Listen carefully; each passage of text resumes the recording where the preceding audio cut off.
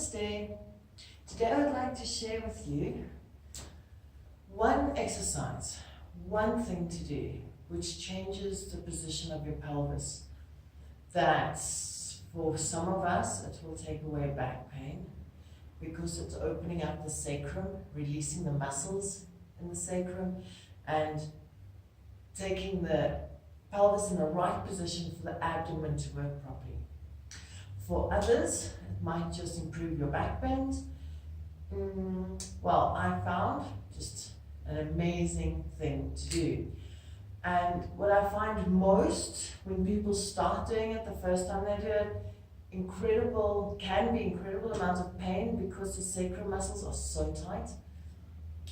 I found, this is my understanding and my feeling, I have found that there has been absolute no detrimental effect from the pain experienced in the pose, only the release afterwards. So even during the pose, quite tight, sore.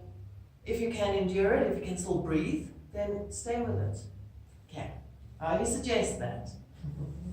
Only a suggestion. Okay, so I would start, for the first time I ever do this, as low as possible. You raise the hips up on a block, and this is common that your back wants to do that and taking the legs down. So like bridge position, keep the hip bones coming up towards your rib cage and the rib cage relaxed and the tummy down. Now once I've got that, I can slowly work towards straightening the legs. Feel free to stay in a position where the legs are not straight yet.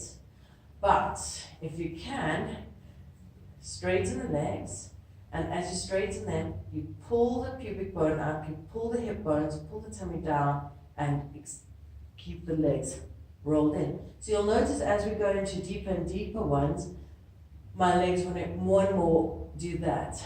So we start simple, start low, and that's how it wants to go. That is the same position you would use in your bridge when you do Setabandha Sarvangasana, the pelvis tilt and the hips up, so that you're getting the length and the stretch on the hip flexor. This stretch is purely for stretching your hip flexor. So you want to feel the stretch on the front of the hip.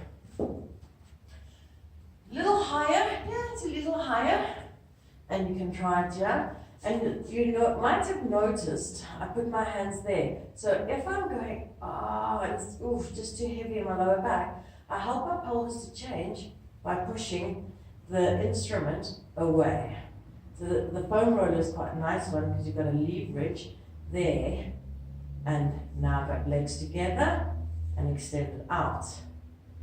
Okay, so there my lower back's already feeling it, and my aim is to get into the hip flexor. So the higher you go, the more you get into the hip flexor. And most of us feel the discomfort in the lower back first. It's kind of louder than the hip flexor. But if you can, move through that as best you can and go into deeper and deeper position where you can get into the hip flexor. So these are all using instruments. You can also simply lie on a bed with your center of gravity, the middle part of your body, hanging on the edge of a bed and your legs hanging down. Now taking a strap for the next one, as we get higher, my legs want to roll outwards. I'm going to tie them together just to let me feel where my feet are actually together. And get the roller underneath me. And I'm trying to get the whole of my back nicely touching the roller and then into the straight line. So I could stay here and keep working on the hip flexor. If possible, you can work your legs all the way down to the floor. So that might be where you go at first, and then try and stretch it out.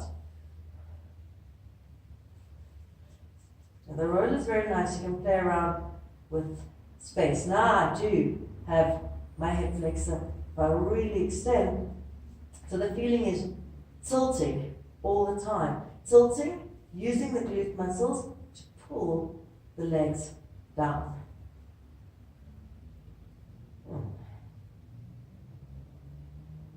Okay.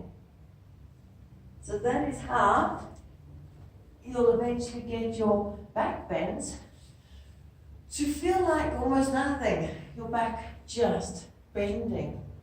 Good. Enjoy. Thank you for watching. Namaste.